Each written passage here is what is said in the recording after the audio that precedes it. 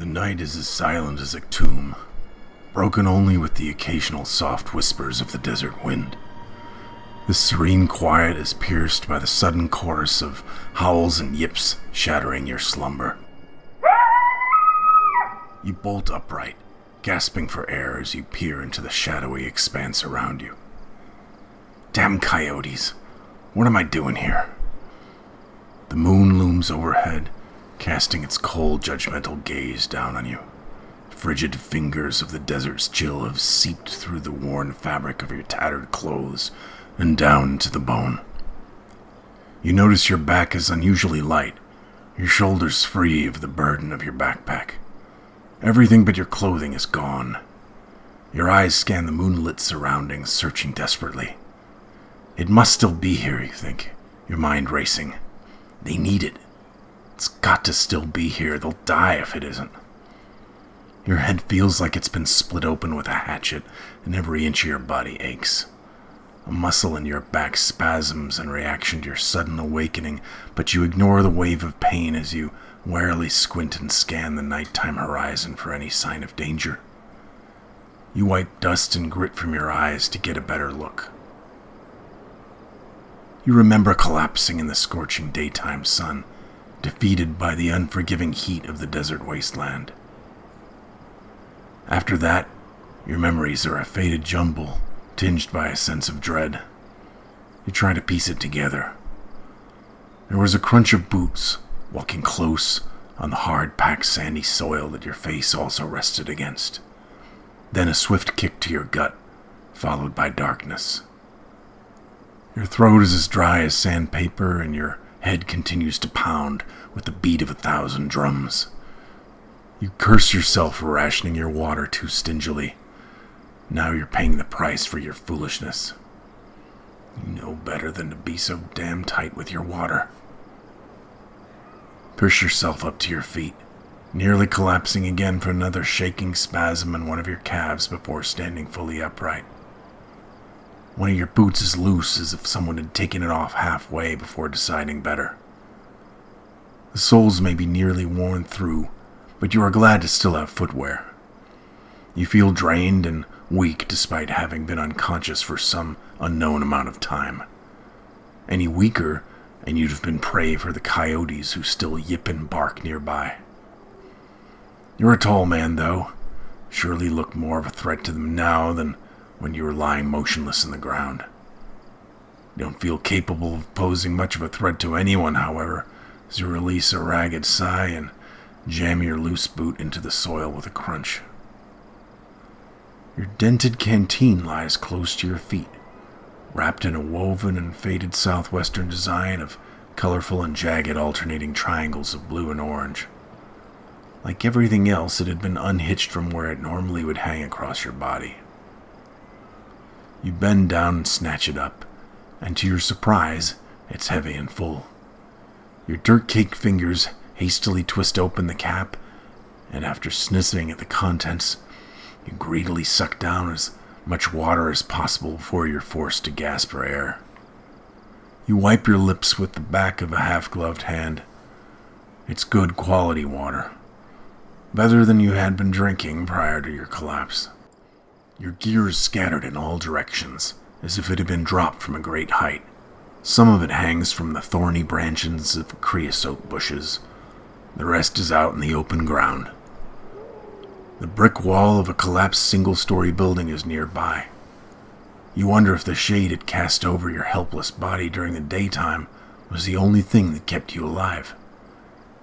You fight a rising feeling of frustration and confusion as you try to piece together again what happened.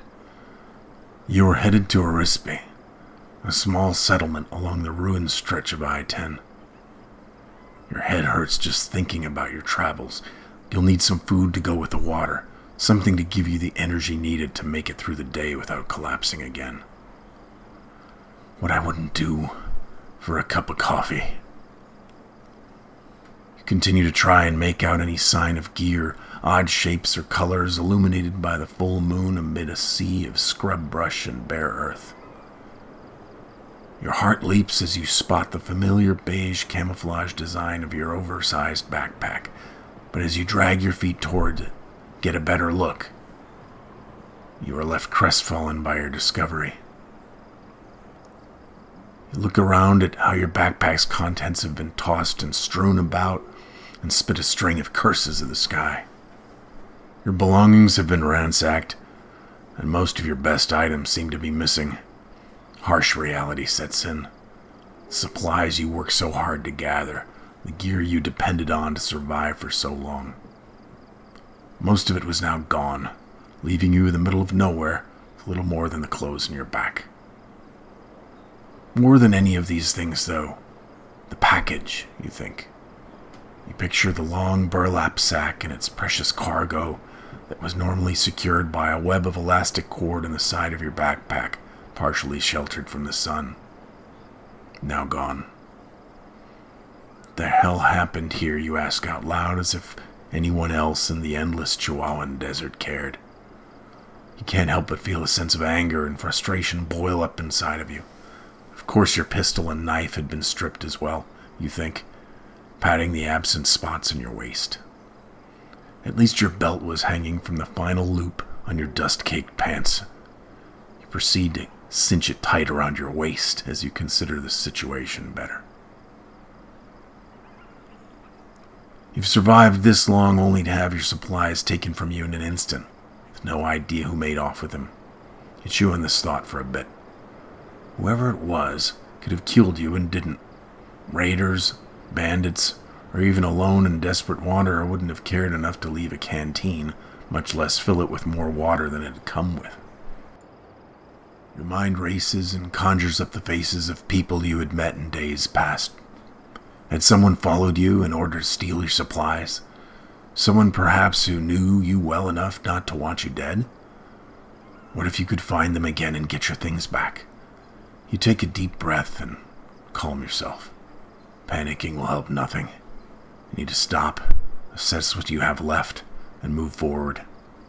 You recall that you never made it to Arispe, but you were close, maybe half a day away. You can figure it out later, after you set foot back on the interminable stretch of the old highway, assuming you weren't dragged and taken anywhere. No, you think to yourself, I know this place. Even in the weird shadows cast by the moonlight, you recognize the stone building beside you. It was a crumbling and disused relic well before the world went to hell. Perhaps it had once been a home. Whatever it was, you'd passed it countless times on your treks across what was once West Texas. It was a landmark site close enough to spot off I-10. You peer out into the distance and see a bit of the freeway from a gap between the bushes. A fleeting memory of walking toward this building before you collapse pops into your mind before vanishing. Along with it, you recall once more what you had been carrying. Promises of life sustained. The package, the sack. Whoever it was, they have it now. Angrily, you begin tossing what's left of your gear into the available pockets in your backpack. You can sort it out later. You need to move. You find a few more useful things in the immediate area. A bandana, a toothbrush, a nearly empty bottle of pain medication. Might come in useful later, you think to yourself.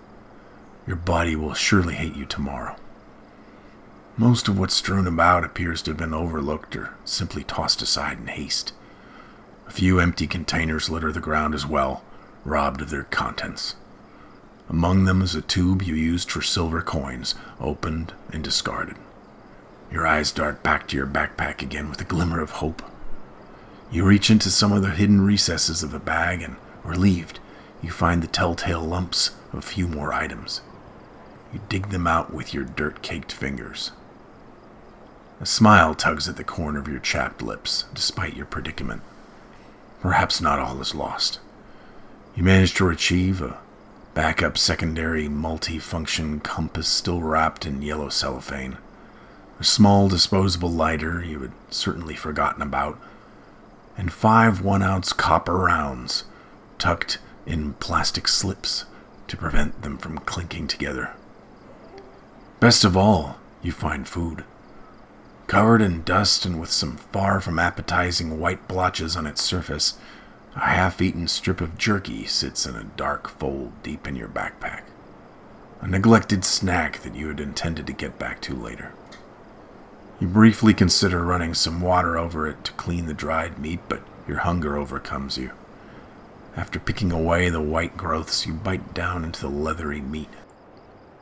It's surprisingly tasty despite its looks, and you groan in satisfaction as you lean up against the sturdiest portion of the old ruin and chew relentlessly until your jaw aches and the last of it is swallowed roughly. I may not have much, at least I got some things to trade with. Would have to do for now. Sliding down to a squat, you sip at your canteen again and reach into your front pocket. The reassuring square of a photograph meets your fingertips. You fish it out and hold it up in the glow of the moon. The faded smile of your son at 5 years of age looks back at you through the years. Much younger than when you lost him, but in many ways still the same. You imagine tousling the hair on his head. He would want me to go on. This mission was his good idea, and all from a children's book. The uncaring desert stretches out around you like an endless, desolate sea, the moonlit night swallowing everything in a pale glow, but the distant glittering stars above. You look up, eyes fixed on the celestial display, lost in a moment of reverie. The cool night air caresses your skin again, carrying with it the whispers of people ancient and forgotten, the spirits of long-dead pre-apocalypse citizens, and even the nomads who once roamed this same wilderness long before them. A pang of loss hits you in the chest as you imagine your son among them. As if to protect his memory, you place the photo back in your pocket. The howling wind picks up as it always does late into the night, and you spot your cowboy hat tumble toward you in the wind. You snatch it up and place it on your head. Too large for them, you think. When you were much younger, it was specially ordered and sized to your head. Once a black felt, it was now the color of desert dirt. The skies of the desert are clear, and you can see the Milky Way in all its majesty. No toxic clouds of waste and war to constantly stain the heavens as they did in the years past. For a moment, you forget your troubles and fears in the vastness of the universe above. You are shaken out of your reminiscing at another high and trilling howl from a nearby coyote and realize that your rest will need to be short-lived. Without enough water for a day trip, you'll have to travel as much of the way to Arispe as possible in what remains of the night so you aren't overcome by the heat again. Hot all day and cold all night. The desert weather this time of year was always a bitch.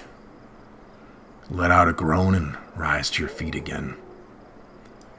As you walk away from the wall and toward the broken highway beyond, you spot something else around a corner of the building which had completely collapsed. A burlap sack. They left it. You laugh as you round the edge of the building, but your face soon goes slack as you see the state of the package, clearly undone and open. You drop to your knees and stoned in the sand and rummage frantically through the folds of the rough-woven material. The fruit is gone, all of it, but the saplings remain, still wrapped, still with the bases of rooted cuttings kept moist with twine and rags, and tied along the side of one of the saplings another small sack of fruit seeds. Whoever took the fruit, they clearly had not seen the value in the rest. Maybe it looked to them like a bundle of misshapen greenwood sticks or poor firewood. Whatever the reason, you are grateful that they hadn't taken it. A ragged breath seeps through your teeth. You still had the most important cargo for your trip. What you have here is long-term survival. You sort the saplings again to be sure. Jujube, fig, persimmon, all there. Carefully you wrap them up again, fix the bundle in place alongside your backpack. With renewed vigor, you set out into the night and trudge your way back onto the broken and weed-ridden surface of I-10. The people your son so loved were still out there, waiting. Your duty is clear. For the moment, you are close to defenseless, but you have a plan for that, and for the people who robbed you. Soon, they'll all know they should never try to stop you again.